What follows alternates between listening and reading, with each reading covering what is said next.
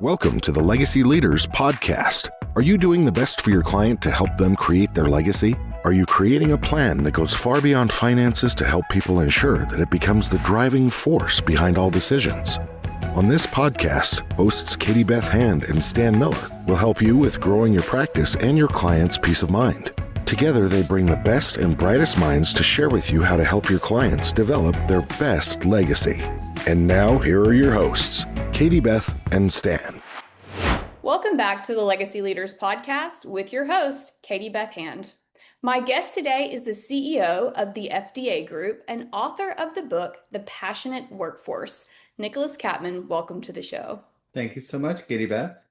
So tell us before we dive in, and I have lots of questions for you, Nicholas, but before we get to that, tell our listeners a little bit about your background and what gave you a lot of expertise that inspired you to write The Passionate Workforce.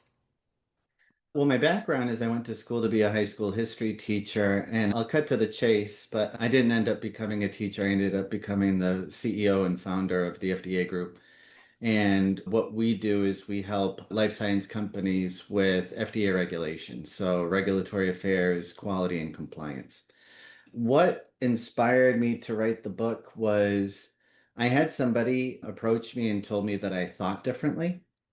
And so, I'm an avid reader, go to conferences, seminars, trainings, always trying to better myself, like a lot of your listeners. But it wasn't until those comments started coming that I realized that the way I thought was just not, it wasn't simply a regurgitation of other people's ideas. It had subconsciously morphed into my own ideas and thoughts. And so at that point, I thought that I had something to offer, and that's why I decided to write the book. That is really cool and very cool background. I love the entire idea of the FDA Group, a much needed organization. So that tells us the story a little bit about what inspired you to write the book. Tell our listeners a little bit about what they can expect from the Passionate Workforce. Sure. So one thing I will say is it did become a #1 bestseller on Amazon. And so I like to humble brag about that because there was a lot of interest. So that's good. No need to be humble. You can just brag about it. That's a big deal for sure. So the concept is I believe that we're all on a spectrum between passion and resentment. And me and you and everybody listening, at one point or another, we've been passionate about our work. And we know what that feels like. And we know what type of behaviors we engage in. We show up early. We care about the quality of our work. We're innovative and creative, helpful, all that kind of stuff, right? Similarly, we've all been resentful at some point. Same person, different behaviors, right? We don't care about the quality of our work. We don't show up on time. We badmouth people. We could be destructive, all that kind of stuff. So what I thought is if I could get, and I believe that passion is created by the employer, not the employee. Mm. And I just was recently asked that question for the first time. And I was really excited that I said it was definitively one thing and not the other. So I really think that we as employers can create an environment where employees feel passionate. I think that is really the core of it. So if you have people that report to you, and then the people that report to you have people that report to them, and so on and so forth, and they're all passionate about their job, then you can expect optimized performance. So I came up with 15 pillars, and the theory is if you can get nine, and we use a simple measurement, which is just the NPS scoring chart.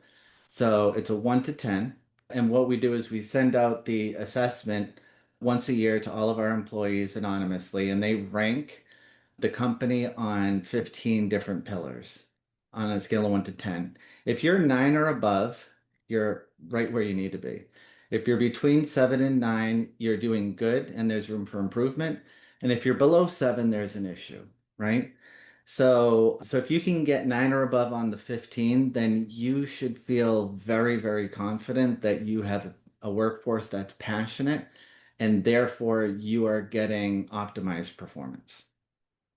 Very cool. I really very much agree with your assessment that it is the employer that really builds the, I don't know, the mechanism, the culture of either being resentful or being passionate. I know as a boss now, but as a person who's been an employee for many years before that, there are many jobs that I applied to and showed up for really, really passionate about, and then that passion got killed over time. So I Mm. absolutely agree with your perspective on that. Well, I want to comment on that because passion starts before the first interview. Mhm. And it is we think about like passion, love, flames. Passion is a flame and it needs to be maintained. So it was interesting that you said you came in passionate and then it diminished. So there is a mechanism whereby you're maintaining each of those 17 pillars to make sure they are where they need to be because you don't just set up an environment that could theoretically create a passionate workforce and then think you're done. It's like anything else in our life, education, working out, health, relationships, etc. No, that makes perfect sense. Give us an example of a couple of, you don't have to spill all the secret sauce, but what are a couple of the pillars that you talk about? So I'm gonna just randomly pick one out. Achieve a good work-life blend. This is kind of unique. So I don't say work-life balance, I say work-life blend. And the theory behind this is we're all humans, and as employers, we know the luxury that we have in terms of our time. I believe that we need to give that same luxury to everyone in the organization because, on the flip side, while we as employers have that luxury, we also work our butts off, right? So to think that we can do things during the workday that are personal and still get everything done that we need to get done, to think that we're unique is inaccurate. So when you give people the opportunity to do their personal stuff in the day and you don't make them feel unsafe about having to do whatever they want, in the off hours, they're going to do what they need to get done, right? And this is adjacent to this point, but another thing that I don't believe in is butts and seats. So if one of the things I didn't understand is why, if somebody can achieve X in 30 hours, but another person does it in 40 or 50, do we give that person more credence, right? If you're able to get your work done in 30 hours, there's no reason for us as employers to give them more work. Go do whatever you want. Now, that's the paradox, because think about how that employee feels. Wow, I can do this. I love this job, right? And we have to re-energize also. So when they come back the next day, they're going to want to hammer it for numbers of reasons. A, because they're passionate. B, because they'd like that extra 10 hours. And C, it's because they don't want to lose their job because they really like what, you've created. So achieve a good work-life blend is something I believe in. Do you want me to speak to another or? Well, let's dive in on that a little bit deeper if you don't mind, because once again, I agree with you wholeheartedly. And this is particularly poignant right now because coming out of COVID, a lot of companies, big companies, small companies, have really hit the place where they're deciding, do we make employees come back into the office or do we not? And so I think the idea of a work-life blend and rewarding employees with extra free time if they work really hard and get the work done well and can achieve things more quickly. That makes so much sense to me. And I think that's something a lot of business leaders don't really consider or think. They think, I have one boss who used to say, I don't pay you for your time, I pay you for your talent. So if you Right. can get it done in 4 hours, great. You don't have to sit at your desk all 8 hours. And I wish more leaders would understand and adopt that because that really does build, it inspires employees to work harder and also to do a better work quality because they love this job, right? They love the freedom they're building and they're more appreciative. Can I add on to this? We're now in the age of AI, so you're going to see more efficiencies. And so this is going to become more prevalent. Mm. So I think people have to be ready for that. The other thing too is one concern an employer might have is, well, if they're doing their job every, in 30 hours every week, and then they're becoming efficient in 25 hours. Like, I'm paying them a salary, I'm paying them benefits, and I kind of understand what you're saying, Nick, but it's just, I think I'm all set with that. Well, hold the phone, because you can give them more work as long as it's not busy work. But when you do give them more work, understand their job description has now changed. Right. So if they're able to now get all this stuff done in 25 hours, think about all the other tasks that need to get done and what would be reasonable to put on their plate. You can give them that. And I think about work in terms of tasks, not roles. Okay.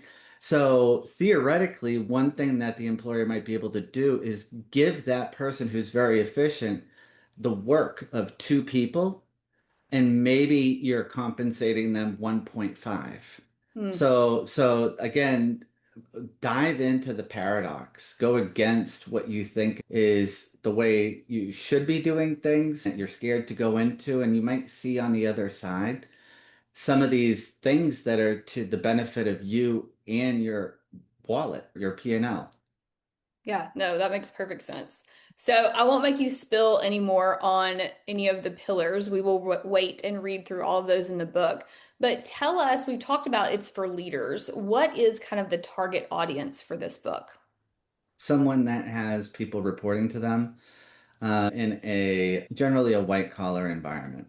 So I would say, yeah, that's simply straightforward. If you've got, six people, it doesn't have to be six, it could be less, but I'd say six people reporting to you. And that means people, like maybe you have two to three, but then they have people reporting to them. All of those count, right? So generally white collar, and I would say people that have reports.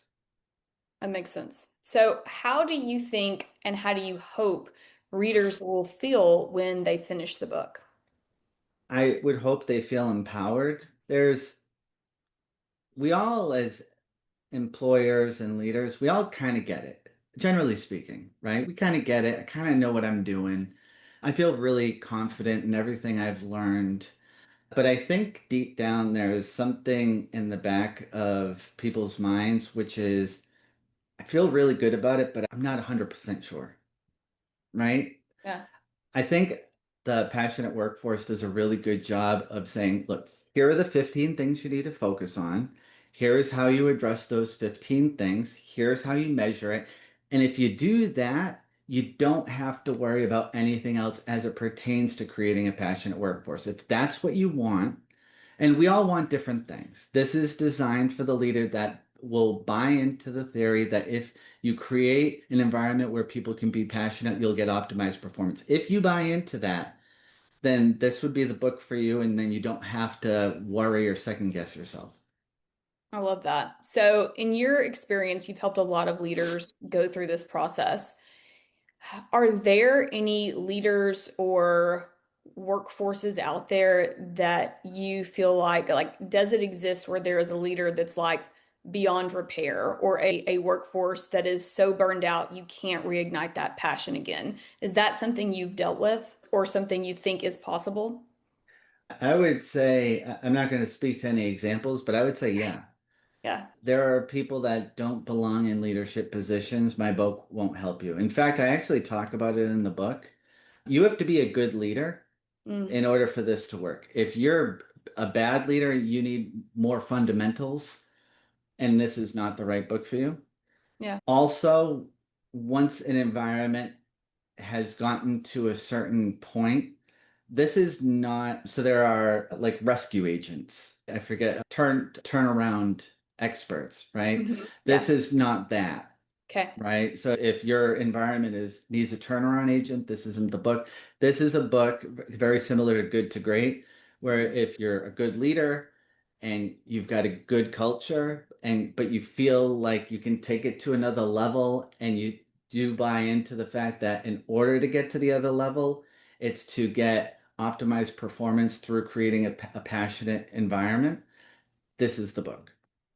No, that makes sense. And so I think it's interesting you touched on this just a little bit, but one of the things that you've sort of talked about is how, well, and a little bit, we've talked about how I think one place where people, where leaders tend to fail is they don't create any sort of a system to gauge things. So like there are 15, 17 pillars by which they can really measure and get feedback from their staff.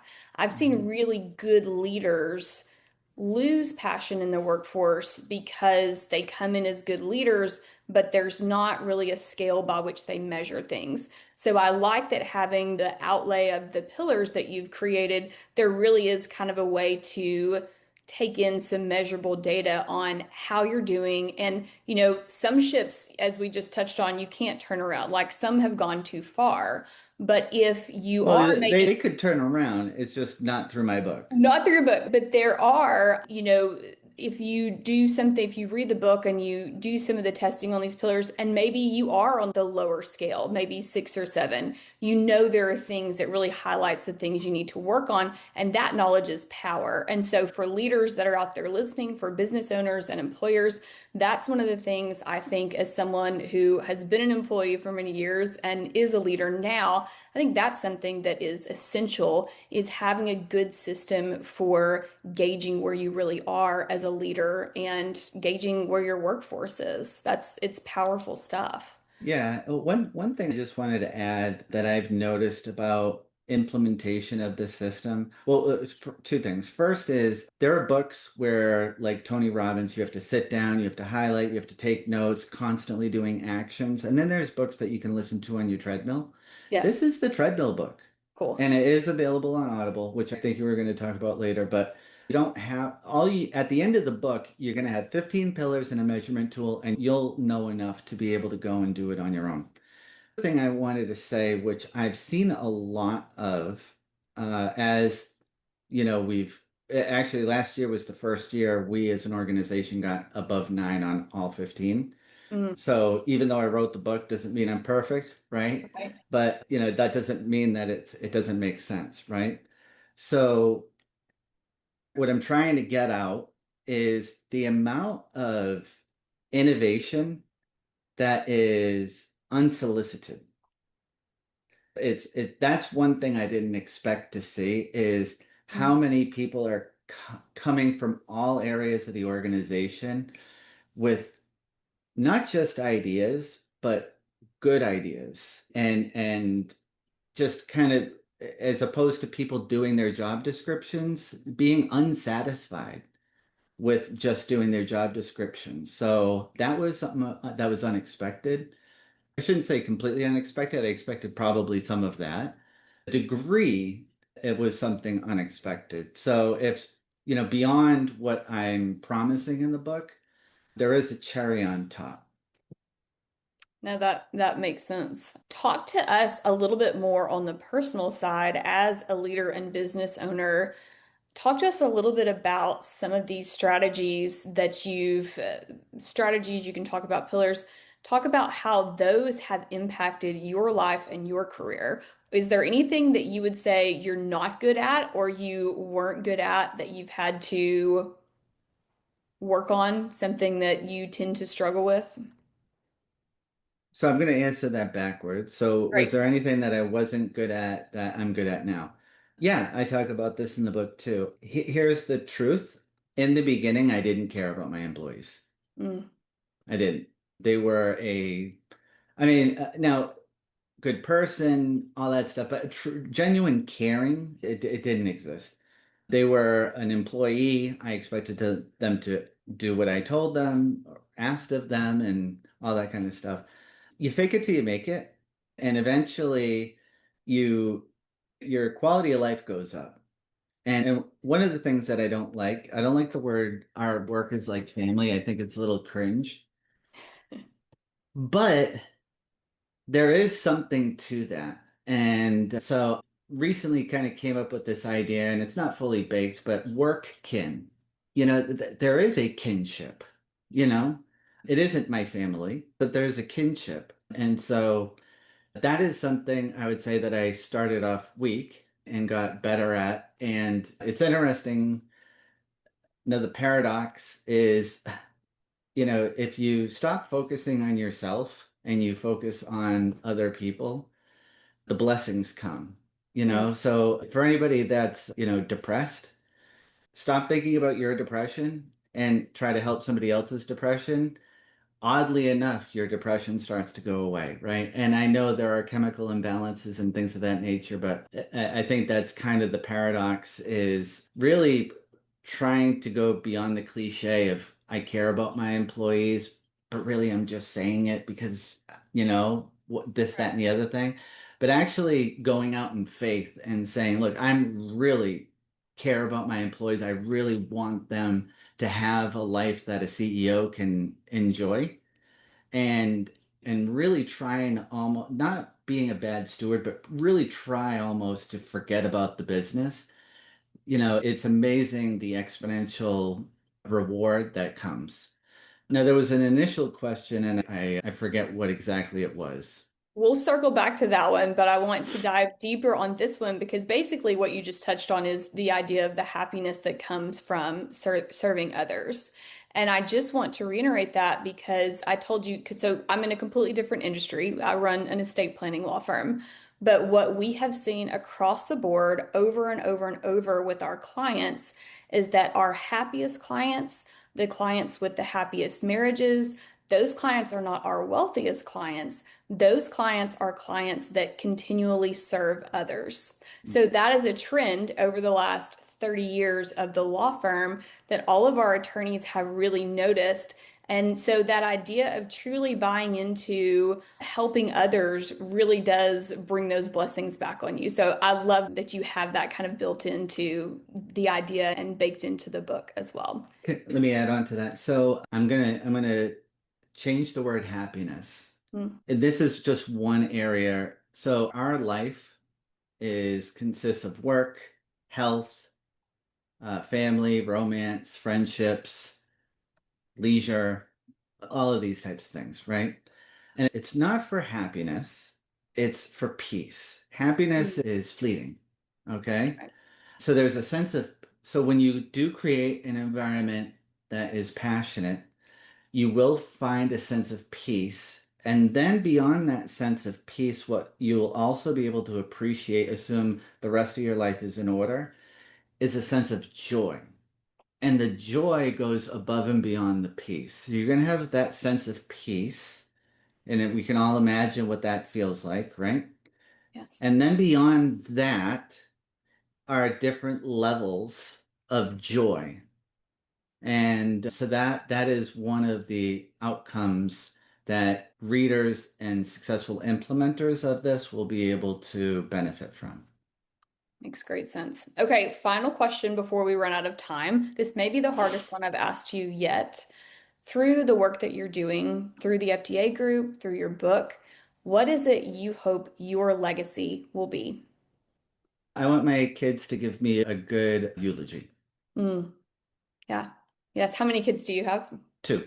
2. Very nice. We have 4 at our house, and my goal is the same. So at the end of the day, the goal is to be a great husband, great father. Love that. Yep. Excellent legacy. Well, ladies and gentlemen, thank you so much for listening. This has been the Legacy Leaders Podcast with your host, Katie Beth Hand. And my guest today was Nicholas Capman. And to connect with Nicholas, you can visit the FDAgroup.com, and you can also find his book anywhere books are sold. There is also an audio version on Audible, and I encourage you guys to take a few minutes and be sure to check that out. Again, the name of the book is The Passionate Workforce, so go pick up your copy today. And Nicholas, thank you so much. I know you're busy, and I appreciate you taking time to jump on with me this afternoon. Thank you, Katie Beth. You've been listening to the Legacy Leaders Podcast with Katie Beth Hand and Stan Miller. For more information on them and the show, please visit pinnaclelegacylaw.com. If you like what you've learned today, do share the program with your friends and subscribe wherever podcasts are found.